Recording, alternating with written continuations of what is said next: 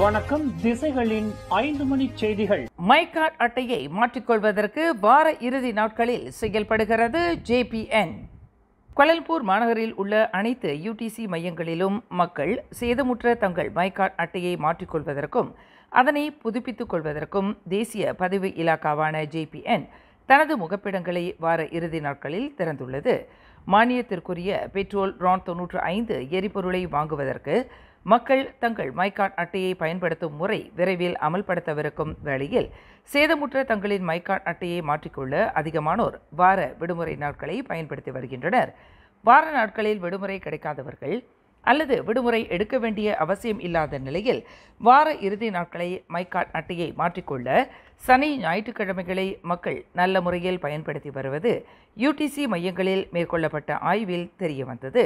அரசாங்க உதவிகளை பெறுவது, அரசாங்க சலுகைகளை பெறுவது, உதவி திட்டங்களில் பங்கு கொள்வது, மருத்துவ சிகிச்சை, பணப்பட்டுவாடா, டோல் கட்டணம் முதலியவற்றுக்கு மென்பொருள் செயல்பாட்டில் உள்ள மை கார்டு அட்டை மட்டுமே செல்லுபடியாகும் என்பதால் அதிகமானோர் தங்கள் மை கார்டு அட்டையை மாற்றிக்கொள்வதில் அதிக ஆர்வமாக உள்ளனர். கோலாலம்பூர் மாநகரில் அனைத்து UTC மையங்களிலும் தேசிய பதிவு இலாக்காவின் முகப்பிடங்கள் இன்று சனிக்கிழமை காலை 8 மணிக்கு திறக்கப்பட்டுள்ளது. கடந்த ஆண்டு தமது முன்னாள் கணவரால் மலேசியாவிற்கு கடத்தி வரப்பட்டிருக்கலாம் என்று நம்பப்படும் தமது 7 வயது மகன் பற்றி தகவல் அளிப்பவருக்கு சிங்கப்பூரைச் சேர்ந்த மாது ஒருவர் 50,000 ரிங்கெட் வெகுமதி அளிக்க முன்வந்துள்ளார். தமது மகன் கேலப் லியாங் வே என்பவரை மீட்கும் அளவிற்கு தகவல் கொடுப்பவர்களுக்கு இத்தொகையை தாம் அன்பளிப்பாக வழங்குவதாக டெய்லின் லிமோன்டி அல்வரேஸ் என்ற மாது இன்று தெரிவித்துள்ளார். கடந்த ஓராண்டு காலமாக தமது மகனை பார்க்காதது பெரும் ஏக்கத்துடன் ஏமாற்றத்துடன் இருப்பதாகவும் இதுகுறித்து புக்கிட் அமான் போலீஸ் தலைமையகத்தில் புகார் அளித்திருப்பதாகவும் அவர் குறிப்பிட்டுள்ளார். சமூக பாதுகாப்பு நிறுவனமான சொக்சோ பினாங்கு சுப்ராங்ஜயாவில் டயாலிசிஸ் மையத்தை அமைத்திருப்பது சிறுநீரக பாதிப்பை எதிர்நோக்கியுள்ள வட மாநிலத்தில் உள்ள சொக்சோ சந்தாதாரர்களுக்கு பேருதவியாக இருக்கும் என்று மனிதவள அமைச்சர் ஸ்டீவன் சேம் தெரிவித்தார். சிறுநீரக நோயாளிகளுக்கு உயர்தர மருத்துவ சிகிச்சையை அளிக்கவல்ல இந்த டயாலிசிஸ் மையம் நாள் ஒன்றுக்கு சராசரி 36 நோயாளிகள் டயாலிசிஸ் சிகிச்சையை பெறுவதற்குரிய வசதியை கொண்டுள்ளது என்று ஸ்டீவன் சேம் குறிப்பிட்டார். இந்த மையத்தில் டயாலிசிஸ் சிகிச்சையை பெறும் சொக்சோ சந்தாதாரர்கள் எந்தவொரு கட்டணத்தையும் செலுத்த வேண்டியதில்லை. அதற்குரிய செலவினத்தை சொக்சோ நிறுவனமே ஏற்கிறது என்று அமைச்சர் விளக்கினார். சுப்ராங்ஜயா மருத்துவமனை, புக்கிட் மர்தாஜா மருத்துவமனை, தனியார் மருத்துவமனைகள் மிக அருகிலேயே இருப்பதால் வியூகம் நிறைந்த இடத்தில் சுப்ராங்ஜயா டயாலிசிஸ் மையம் அமைக்கப்பட்டுள்ளதாக அவர் குறிப்பிட்டார். இன்று சனிக்கிழமை சுப்ராங்ஜயா டயாலிசிஸ் மையத்தை அதிகாரப்பூர்வமாக திறந்து வைத்து உரையாற்றுகையில் ஸ்டீவன் சேம் மேற்கண்டவாறு கூறினார். சின்ஜியூ டெய்லி சீன நாளிதழ், சினார் ஹரியான் மலாய் நாளிதழ் ஆகியவற்றுக்கு தலா 1 லட்சம் ரிங்கிட் அபராதம் விதிக்கப்பட்டிருப்பது மூலம் மலேசிய தொடர்பு பல்லூடக ஆணையமான MCMC கடும் கண்டனத்திற்கு ஆளாக்கியது. அண்மையில் அமைக்கப்பட்ட மலேசிய ஊடகவியலாளர் மன்றம் உட்பட மூத்த பத்திரிகையாளர்கள் MCMC நடவடிக்கைக்கு தங்களின் ஆட்சேபத்தையும் அதிருப்தியையும் வெளிப்படுத்தி வருகின்றனர். MCMCயின் நடவடிக்கை ஒரு தவறான முன்னுதாரணமாகும் என்பதுடன் ஓர் ஆபத்தான செயலாகும். இது மலேசியாவின் ஊடக சுதந்திரம் மற்றும் கருத்து சுதந்திரத்தின் கொள்கைகள் குறித்து எடைபோடும் முயற்சியாக இருக்கலாம் என்று மூத்த பத்திரிகையாளர் ஜோஹான் ஜாஃபர் வர்ணித்துள்ளார்.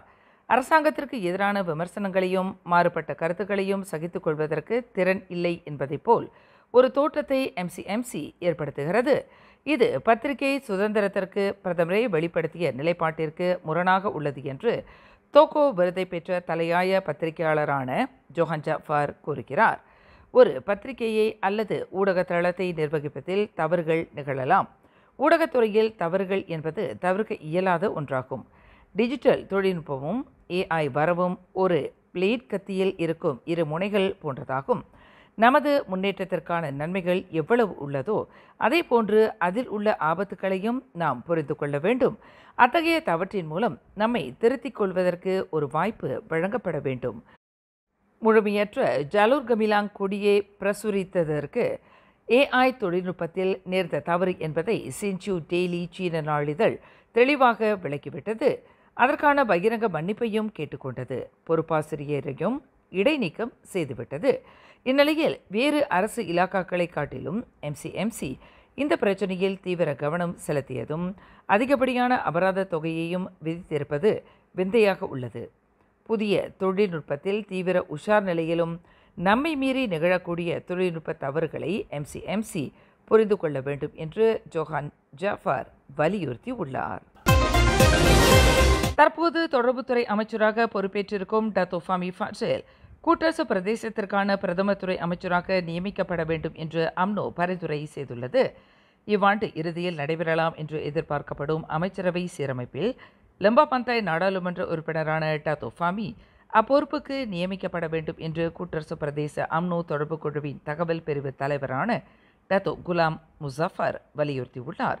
கூட்டரசு பிரதேசத்தில் கோலாலம்பூர் மாநகரில் முக்கிய தொகுதியாக விளங்கும் லம்பா பந்தாய் நாடாளுமன்ற உறுப்பினராக டத்தோ ஃபமி விளங்குவதால் கூட்டரசு பிரதேசத்திற்கு உட்பட்ட கோலாலம்பூர், புத்ராஜயா, லாபுவான் முதலியவற்றின் விவகாரங்களை உள்ளூர்வாசி என்ற முறையில் அவரால் சுலபமாக கையாள முடியும் என்று பத்து அம்னோ டிவிஷன் தலைவருமான குலாம் முசஃபர் பரிந்துரைத்துள்ளார்.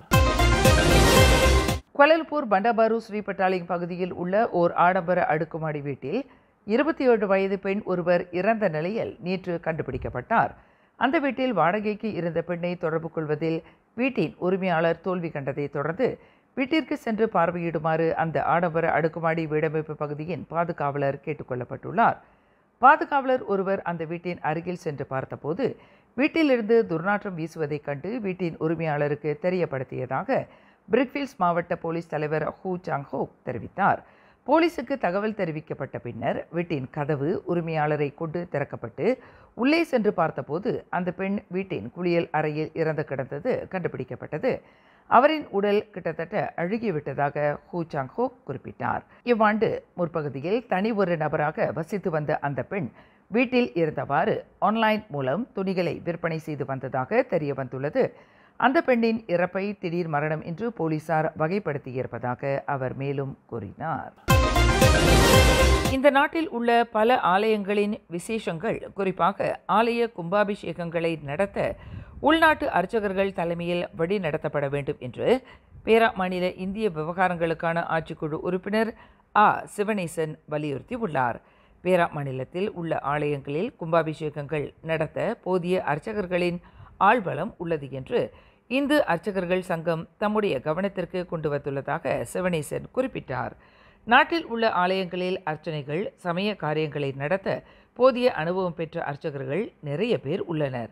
அவர்களை வைத்து சமய பணிகளை மேற்கொள்வதற்குரிய வாய்ப்புகளை ஆலய நிர்வாகங்கள் வழங்க வேண்டும் என்று சிவனேசன் கேட்டுக்கொண்டார். பேரா மாநிலத்தில் உள்ள ஆலயங்களுக்கு, குறிப்பாக கும்பாபிஷேகங்கள் நடப்பதற்கு பேரா மாநில அரசிடமிருந்து நிதி பெற்று உதவி வருவதாக அவர் குறிப்பிட்டார்.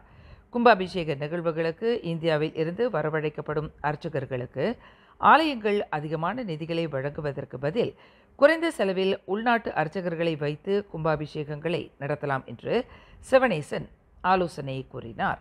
பேரா மாநில இந்து அர்ச்சகர் சங்கமும் கம்போங் கபாயாங் சிவ சுப்பிரமணியர் ஆலயமும் இணைந்து நடத்திய மாபெரும் கல்வி யாகம் நிகழ்வை தொடக்கி வைத்து ஆற்றிய உரையில் பேரா மாநில ஆட்சிக்குழு உறுப்பினருமான சிவனேசன் இதனை தெரிவித்தார்.